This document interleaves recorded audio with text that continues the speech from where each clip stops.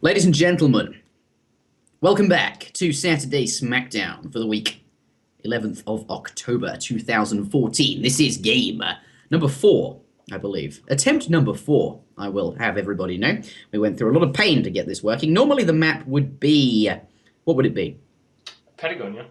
But instead we have Painted Desert. We did have a few technical issues, which we will hopefully get resolved for next week. But yes, in the south of the map, in the colour red, playing as the British here, Sparting with 2 wood crates. There it is. I do like to look at the crates. Not so good. You would like 3 as British, but not a bad start. And certainly having 1 less wood also means your opponent will have 1 less wood. But yes, ultimately, British in the south of the map here. Here he is, Azamk. No, it's not. Gaia. What am I talking about? Yes. In the north of the map, though, in the colour blue, playing as Japan, here we have MusketJr. What do you think of this matchup? This is 2 very boomy civs, I think. 2 very boomy civs on a very boomy map. I think Musket, yeah, he's realizing it now as well. He got the forward and the backward side of his base mixed up. I think he thought he spawned on the south side. And as a result, his cherry orchard is in an absolutely horrendous position. It's like straight out front. To be fair, it's I guess maybe less of an issue here because I mean it's not, at least he's not against. I mean, Brit can play aggressively, mind you, but certainly less likely. It's gonna be a bit awkward. I mean, that's not like the map's fault, right? It's not anything the map that's his did. fault. It is genuinely his fault. Oh, that is unfortunate. Like, obviously, normally you want that on the back where it's a lot more defendable. But as you say, British unlikely to be aggressive. Certainly they can. But they enjoy, actually making use of their civilization bonus, which is building manners. And typically, if you're going to be aggressive, you're going to build less of those and really not use the bonus very much. I think he'll still play aggressive. I don't think it won't be like the same sort of all-out aggression that you'll face against, say, like Russia or something like that. It won't be the same like kind of pressing aggression. It is still going to be a good. A bad thing for him. I do want to note like a couple of things he's kind of like taking to counteract that. We can see he's got essentially all of his villagers gathering out front now, just utilizing as much of this time to gather that resource, which is safe for the time being as possible. Which is, I mean, at least it's a smart thing. He can, probably drain the first 1,000 or so odd food from that cherry orchard right away, and have it. Have the one in the back of his base be full-on safe. He also has a very defendable gold mine as well and some pretty good tree spawns. So aside from the fact that he built his first cherry orchard in a horrendous position, his start hasn't been that poor. Really nice map, actually, for him. It's not too bad, and ultimately I don't think it will pay. I mean, it will, it might, it certainly can, but ultimately I think it's unlikely to hinder him that much. But, with actually regards to this matchup here, I feel as if that ultimately British do actually boom harder, can boom faster. Well, certainly better at booming than Japan, both very boom-centric civilizations. But I feel as if Japan has to be more aggressive here because they can't keep up with Britain. What do you think? So they probably don't keep up with Brits in terms of just raw economy.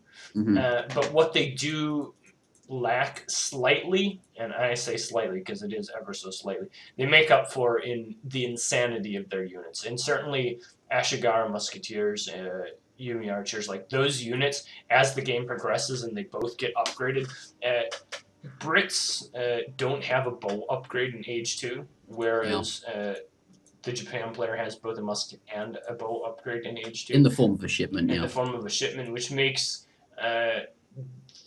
really a strong bow mass. If we see both players going for some sort of longbow Yumi like style oriented play, if the game goes, if the game progresses in Age 2.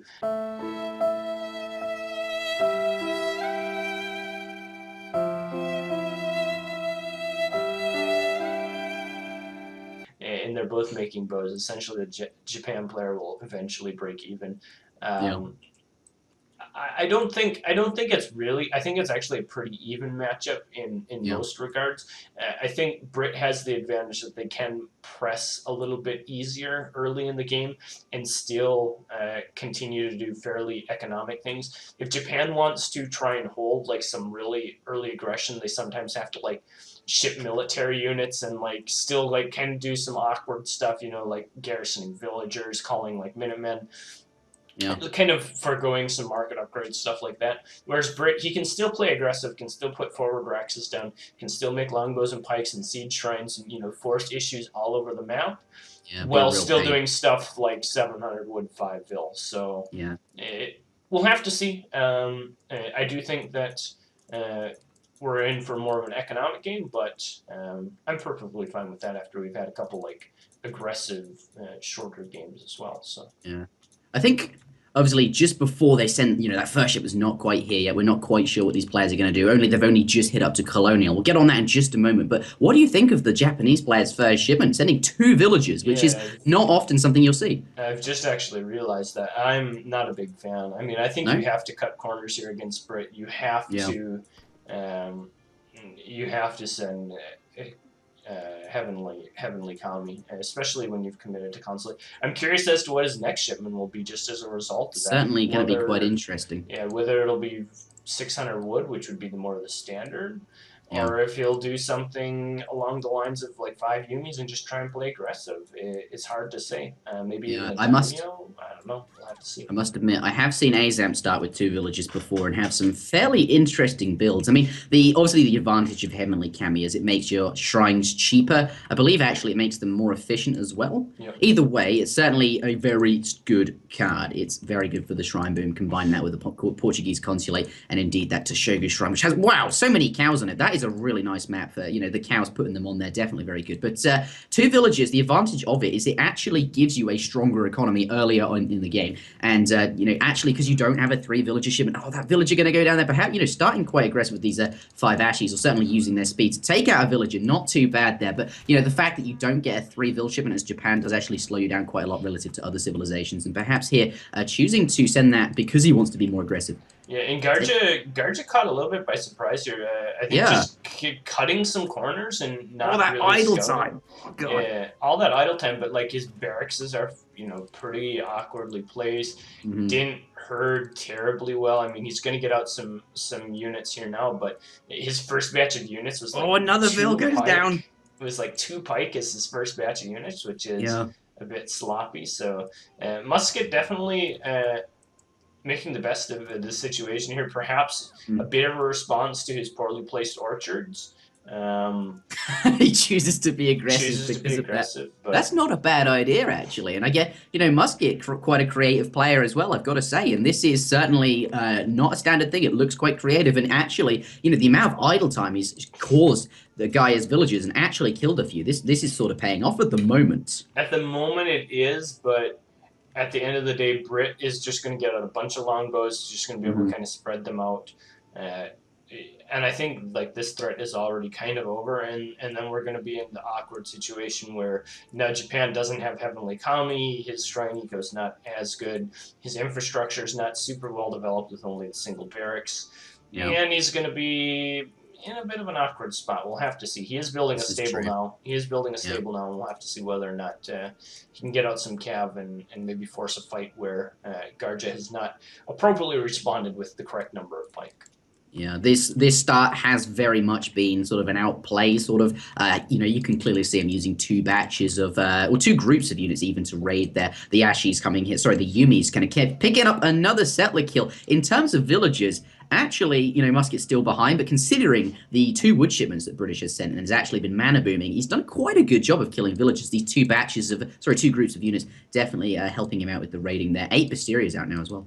Yeah, and I don't know, it's good, and he's been able to split them up a little bit here, but this is like starting to get to be a fairly scary number of longbows.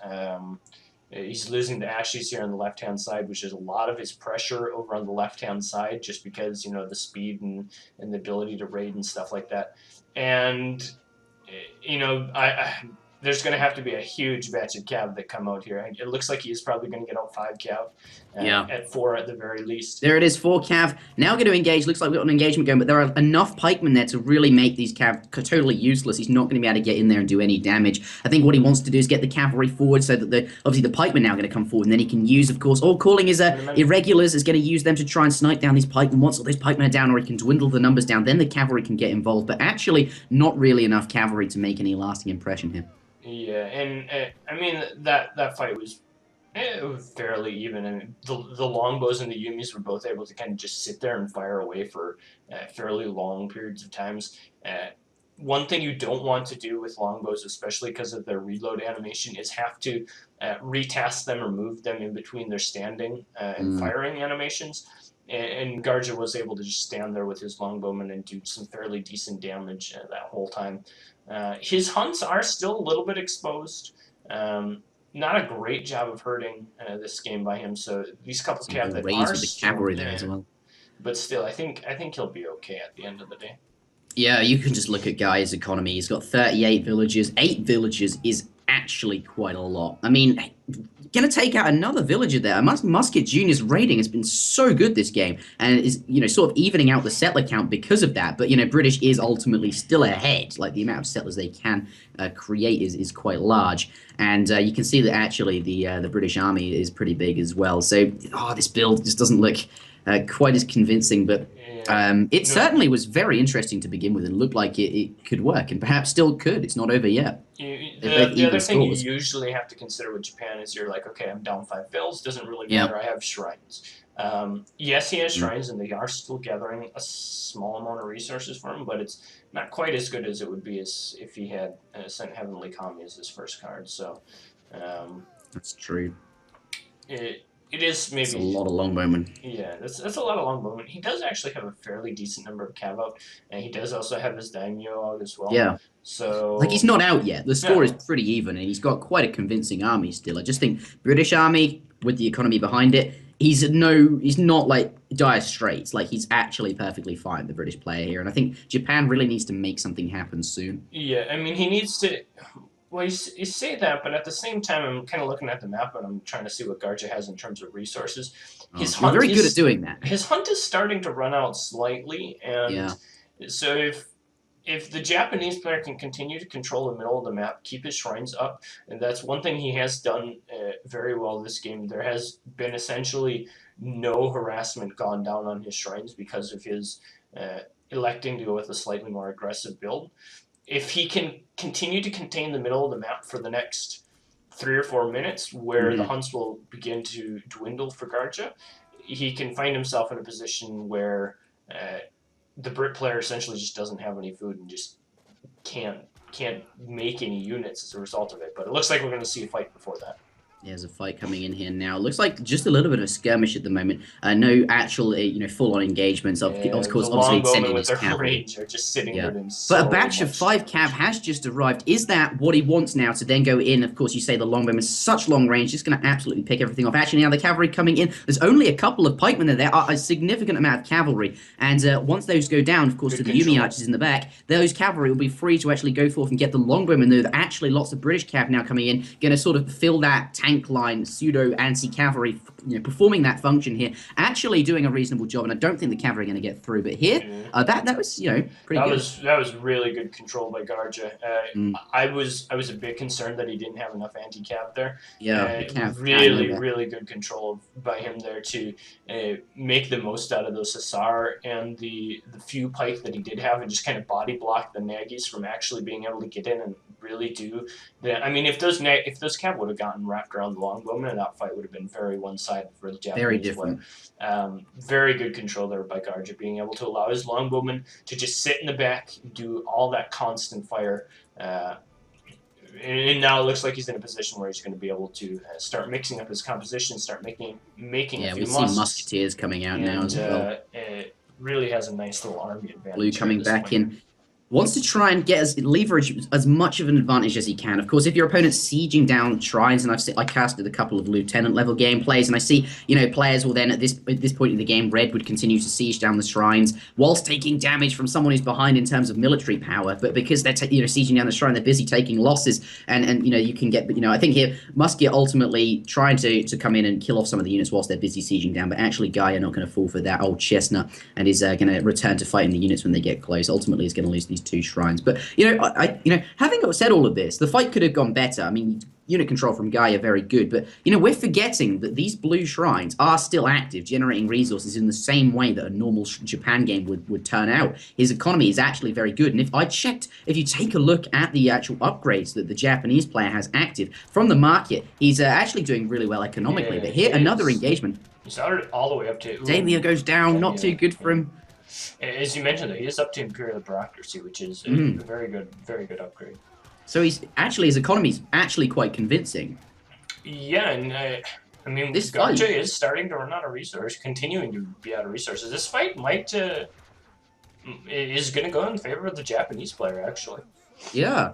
Perhaps his economy, you know, we didn't realize it was as good as it was. I mean, I only really just looked at his market upgrades in a couple just before that engagement we were looking at. He's had those upgrades for quite a while now. Actually, they were, you know, they've been active for doing reasonably well. Yeah. And good quantity of shrines, despite not having Heavenly Kami. And, you know, actually, perhaps we can now see that reflected in the military units that are now coming out. MusketJr. starting to take a slight score lead. It's going to be more than slight after this. There's not nearly enough anti-cav to be able to deal with this full cav out here. Even a good mix of Ashes and Yumis there. And Garja taking the, you know, resigning. I hate longbowmen, he says. Unmicroable. Unmicroable. There's no O in there. Yeah, but we know what he means. Wow, that was, you know, considering that fight in his base, and we just thought, oh, British has a really strong economy, but you know, ultimately the amount of villagers being killed in that early sort of idle time, not that they're idle time so much in the early portion of the game, but certainly the raids stacking up, British investing a lot of shipments into, you know, the houses, but not really getting the villager economy he wanted from that due to the raids. Really nicely done. Look at look at the all resources gathered graph. There's this point where MusketJr is like pretty far behind, like right when they both hit age 2. And he effectively like neutralizes a 700 or 800 resource disadvantage by basically raiding his way back into the game. Actually pretty impressive. Ashy raids, so good. Those things move so quickly. They're so good for raiding. Yeah. Very close game up until that end there. I thought Garja had maybe a chance where he could have, you know, after that fight, I thought he was in a good Yeah, I thought he had quite a convincing lead. I think what we failed to take into account was the actually, you know, we're like, oh, he hasn't sent Heavenly Kami, his economy is going to be bad, you know, but actually the market upgrades that were active that he had chosen to research quite early on in the game. And, you know, these are still quite a lot of shrines, despite costing a bit more. They were still there, and I think we failed to take that into account. And his economy, you know, taking him into the victory for, you know, the later portion of the game here. Yeah, very good game. That was really good. Like, I really enjoyed that. Something a bit different, and it paying off. I think ultimately, you know, Japan is stronger with the Heavenly Kami start, but then again, you do have to play a bit more aggressive, at least in my experience, against British, and doing exactly that here. Really, really nice to see. So, any concluding thoughts, Zuta, before I head on out? Not particularly. I mean, we just saw a few mistakes from Musket, and he just made amends to his build to kind of be able to deal with the mistakes that he made. So just a good recovery by him and good play overall. Pretty fun. I'm gonna head on out now.